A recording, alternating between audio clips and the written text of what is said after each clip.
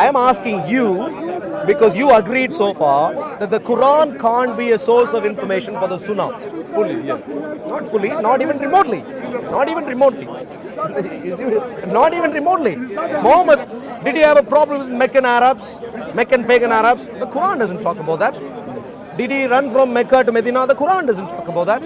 The Quran talks about, I'm by the way, doing research right now on the Quranic content, and I have evidence, and God willing, at a suitable time I'll bring this up. I do not believe that what is being referred to as Quran in the Quran is not even the Quran that we have today. I have reasons to believe that, but I'll come to that research later. This is where the challenge is to you. And I am saying, Muhammad, you can't paint a picture at all from the Quranic material. You necessarily have to go to later literature. But when you come to the later literature, my question to you is, how do you gain confidence in the later literature? Because anyone could have said anything. Anyone could have said anything. Do you know of liars? Have you met some people who have lied, cheated in your life? Yeah, so people could do it. So how do you gain confidence that this Hadith literature is not con literature? You need to have confidence. You really need to. Otherwise, What's your answer to that? my answer is, from the evidence that I am gathering, this is the biggest scam in history where people have been fooled. It's not a telephone scam we have today. This Islam is the biggest scam in history. Phenomenal. And Because of the Hadith change, right, you're saying? No, because of the fact that something without an iota of an evidence has been advanced as a revelation, and in history, through at least two stages, this has been received by people. Initially, the Quran itself is very clear. The Quran itself is very clear that the initial acceptance of Islam was based on physical coercion. Knife on the throat, anything works. Quran says this, not me. The Quran says this, not me. I didn't say this. Email then. Yeah, please. Do you have a phone? Yeah, type in, yeah. The Quran mentions the name of Muhammad a handful of times, yet these references give us no real picture of who he was historically. There are no details of his birthplace, no record of his wives, no descriptions of battles, and no consistent geography. Even the name of Mecca appears only rarely and without a strong narrative context. From an academic standpoint, the Quran is better understood as a collection of religious texts, teachings, prayers, polemics, and moral warnings, rather than a historical biography of a man. It is precisely this narrative silence that later traditions tried to fill. The Hadith and the sīrah stepped in, but these sources appeared long after the period they claimed to describe.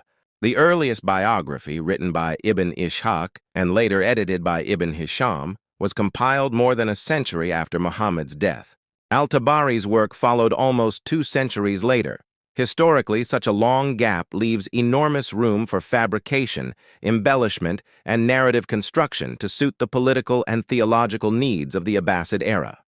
The question then presses itself. How much confidence can we place in the biographical details of Muhammad when they emerged only after generations of internal debate and external conflict? Because the Quran offers too little biographical information and the Hadith and sīrah arrive far too late, modern historians turn instead to archaeology and external sources.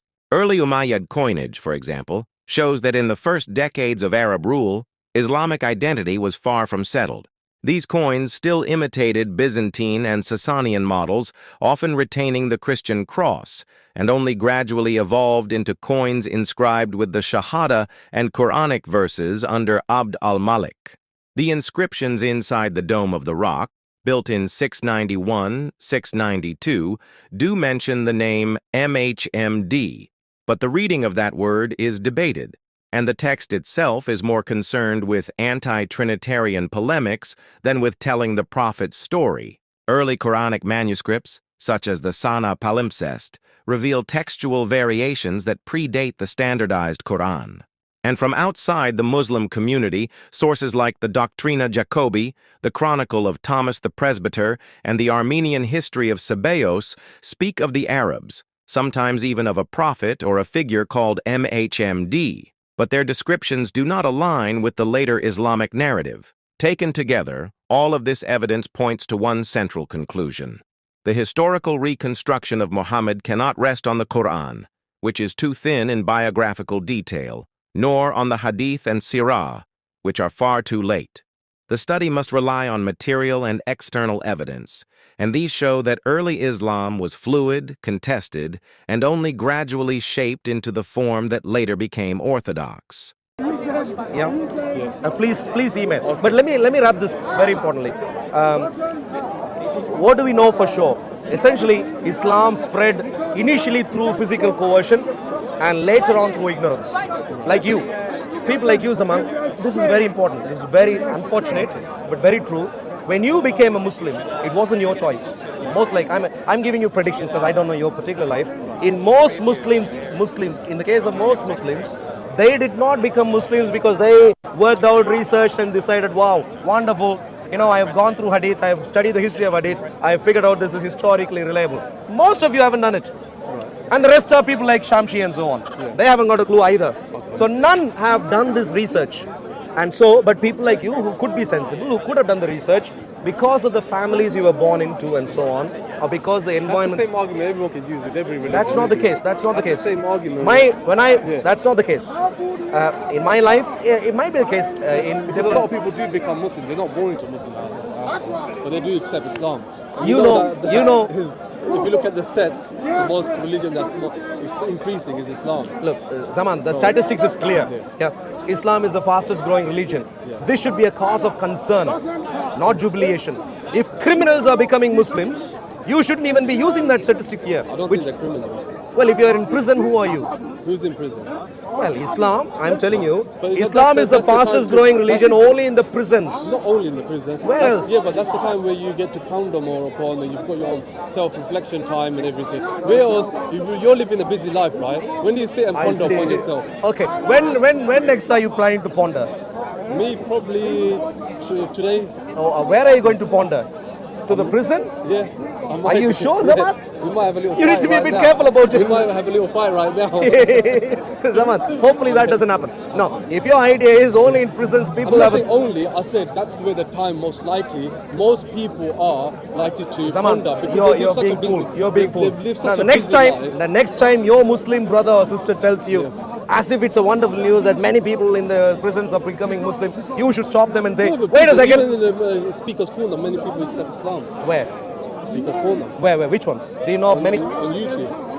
On YouTube. Are you serious, Zaman? Okay. You've not seen the videos? I've seen the staged videos, yes. Oh, the staged? Okay. Of course they're staged. But what else do you think? You think any of these guys are trying to make sense? Is this staged? This one isn't. This is not staged. Have you seen Christians staging such things? It's on YouTube, so how is it not staged? Well, you're Muslim. You know about your Islam, yeah? Yeah. You know about your Muslim brothers. Yeah. You know the kinds of things they could do. They could do all sorts of work. No, anyone can do all sorts of things. Well, so in other words, you agree. In other words, you agree the kinds of things you know your Muslim brothers do. Everyone can do those things. Zaman, okay, let's come back to what you and I could agree on. But I've got your email address, Arul. Good. Please email. Please email. Where are you from originally? Where I'm from? I'm mixed. Mixed, okay. So, Zaman, wonderful to speak to. Islam rests upon grand claims that the Qur'an was perfect from the very beginning, that Muhammad was clearly known in the 7th century, and that revelation descended in one flawless moment, untouched by human hands. Yet the moment we test these claims against historical evidence, the entire narrative collapses.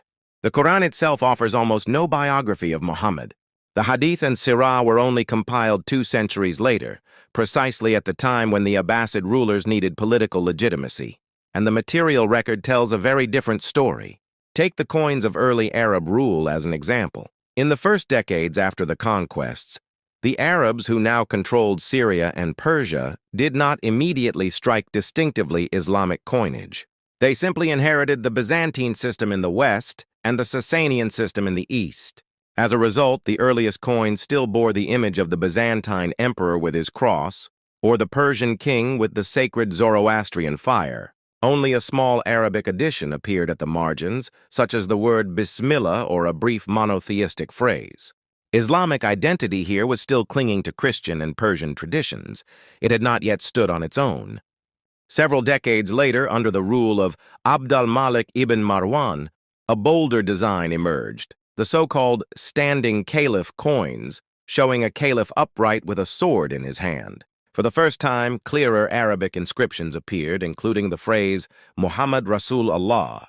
And yet the shadow of Byzantine iconography still lingered. Even the cross could still be seen in altered form. These coins reveal that Islam was still in an experimental phase, its leaders projecting religiosity but without a fully settled identity. The true turning point came around 696 to 698 CE, when Abd al-Malik launched sweeping reforms. All human images were erased, all crosses removed, and the coins now carried only Arabic inscriptions, long declarations of the Shahada and passages from the Qur'an, including Surah 933, proclaiming that God sent his messenger with the true religion to prevail over all others. From that point on, coins became the most effective tool of Islamic propaganda, broadcasting this new identity with every transaction. This gradual transformation is devastating to Islam's claim of perfection from the start. If the Qur'an was already final and Muhammad already clear in 632, why did it take 6 decades before those truths appeared on official coinage? Why were the earliest coins filled with crosses and emperors' portraits? The answer is clear. Islam did not appear in one perfect stroke. It was constructed piece by piece, shaped by the politics of the Umayyad dynasty. From the Byzantine cross and the Zoroastrian fire to the caliph with a sword, and finally to the words of the Qur'an, the journey of these coins exposes one inescapable reality. Islam was not a flawless revelation from heaven, but a historical construction. And from an apologetic perspective, it stands as the greatest deception in the history of religion, a narrative sold as divine truth, yet uncovered by archaeology as the product of political manipulation and gradual propaganda.